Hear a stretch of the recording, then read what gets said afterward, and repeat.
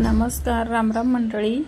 तर आज आपण मस्त कुरकुरीत आणि स्वादिष्ट असा आपण लसूणी डोसा तयार करणार आहोत आणि त्याचबरोबर साऊथ इंडियनची चटणी करणार आहोत. तर ही ब्लॉग तुम्ही पूर्ण बघा आणि कशी वाटते रेसिपी कमेंट करून सांगायला विसरू नका. तर चला, त्यासाठी सर्वात पहिला तरी आपल्याला इथे लसूणाची चटणी तयार करून घ्यायची आहे. तर ह्या शिमला मिरच्या आहेत ते आम्ही 1 तास ते 1.5 तास आधी बिया काढून पाण्यामध्ये भिजत घातल्या होत्या. आता लसणाचा एक गड्डा घेतलेला आहे. एक गड्डा म्हणजे की जवळजवळ 10 ते 15 लसणाच्या पाकळ्या असतात. लसूणी डोसा आहे म्हणून थोडासा लसणाचा वापर जास्त करायचा आहे. वरून तर सगळं थोडंसं पाणी आणि अद्रक टाकलेलं आहे. मस्त याची बारीक प्युरी करून घ्यायची. तुम्ही बघू शकता एकदम बारीक अशी प्युरी करून घेऊ शकता.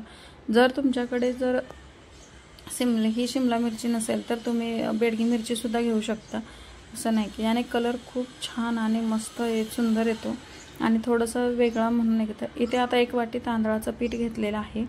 व्यवस्थित असं थोडं थोडं पाणी करून बॅटर तयार करून घ्यायचं आपण, जेणेकरून जसं नेहमीच्या डोश्याला घेतो त्याचप्रमाणे. बघू शकता इथं असं. आता हे तर जाड दिसत असेल तर नंतर आपल्याला थोडंसं पाणी वाढवायचं आहे, पण आता तसंच ठेवून द्यायचं.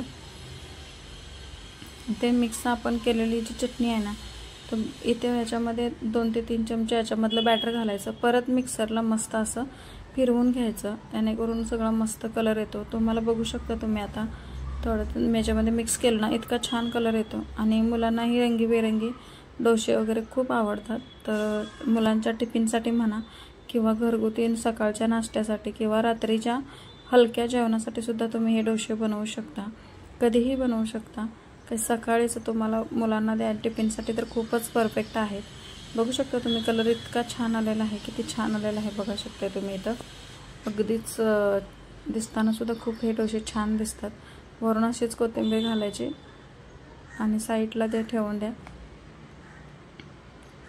थोडंसं आपलं हे डोसाचं पीठ मुरेल पण आणि आपल्याला चटणी बनवून घ्यायची आहे इकडे ठेवून.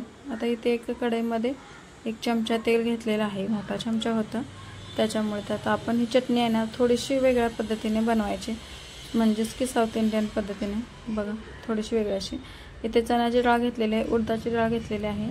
आता इथे ओलं खोबरं नव्हतं त्याच्यामुळे सुक्या खोबरंच घेतलेलं आहे. अशी सुद्धा तुम्ही एकदा चटणी करून बघा, खूप म्हणजे खूप छान लागते. तर अद्रक घालायचं आहे, लसूण घालायचं आहे 4-5 पाकळ्या, 2 ते 3 हिरव्या मिरच्या घालायच्या आहेत, कढीपत्त्याची पानं, शेंगदाण्याचं थोडंसं वापर करायचा आहे. इथे आवडत नसेल तर स्किप केलं तरी चालेल शेंगदाण्याचं, पण घालून अशी ह्या पद्धतीने एकदा जर चटणी बनवली ना तर तुम्ही नेहमी हीच चटणी बनवचाल. इतकी सुंदर चवीला लागते, छान आणि स्वादिष्ट लागते. 2 ते 3 मिनिट व्यवस्थित परतवून घ्यायचं. वरतून मस्त अशी हिरवीगार कोथिंबीर घालायची. कोथिंबीरने कलरसुद्धा मस्त येतो आणि स्वादसुद्धा खूप छान लागतो. तर बघा हे आता मस्त असं मिक्सरला पाणी घालून बारीक करून घ्यायचं. तर असली चटणी आपली हेच असते. आता इथे आंबटपणा येण्यासाठी चिंच घेतलेले आहे. जर तुमच्याकडे चिंच नसेल तर तुम्ही 1-2 चमचे दहीसुद्धा घालू शकता. चिंच असेल तर खूपच छान, पण नसेल तर तुम्ही हरकत नाही आहे, दही घालू शकता आंबटपणा देण्यासाठी. थोडंसं असं साऊथ इंडियनचं चटणी आहे आपली ही. चवीपुरतं मीठ घालून घ्यायचं आणि मस्त असं मिक्सरला फिरवून घ्यायचं. आणि इथं बघू शकता तुम्ही इथे मस्त असं फिरवून घेतलेलं आहे. आता इथे याला आपण तडका देणार आहोत. एखादा तडका पॅनमध्ये तेल कडक गरम करून घ्यायचं. मोहरी, जिरे, उडीदची डाळ हे तिसं, हिंग थोडंसं टाकायचं.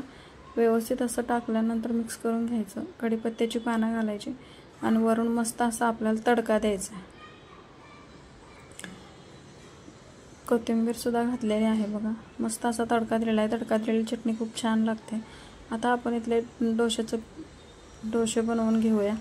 तर बघा आता सगळीकडे आधी सगळं तेल लावून घ्यायचं व्यवस्थित असं. जर तुमच्या तव्यावरती डोसे बनत नसतील तर तुम्ही पाण्याचा शिंतोडा देऊन तवा पुसून घ्यायचा आणि नंतर तेल लावून तुम्ही हे करायचं, डोसे बनवून घ्यायचे. तर बघा पीठ हलवून घ्यायचं, जेणेकरून आपलं पाणी वरती आणि पीठ खळालं असं नसं होता नाही पाहिजे. पातळ असा डोसा, कडेने डोसा सोडायचा, मध्ये मध्यम जल पटकन असा डोसा, करपत वगैरे नाही आहे, पसरवून टाका. 2 ते 3 मिनिटावरून खालून डोसा मस्त परतवून घ्यायचा. हा डोसा एकाच साईडने भाजला जातो, तर डोसे पलटत नाही आहेत. तुम्ही बघू शकता इथे अगदी मस्त कलरसुद्धा मस्त असा छान आलेला आहे आणि किती सुंदर दिसत आहे. तर ह्या चटणीबरोबर तुम्ही खाऊ शकता, मुलांना टिफिनला सुद्धा देऊ शकता. तर कसा वाटला हा संपूर्ण व्हिडिओ तुम्ही कमेंट करून नक्की सांगा। चॅनलवर नवीन असाल तर लाईक, शेअर आणि सबस्क्राईब जरूर करा। भेटूया अशाच आपण एका नवीन रेसिपी सोबत। तोपर्यंत सगळ्यात महत्त्वाचं मस्त खा, स्वस्त राहा। बाय।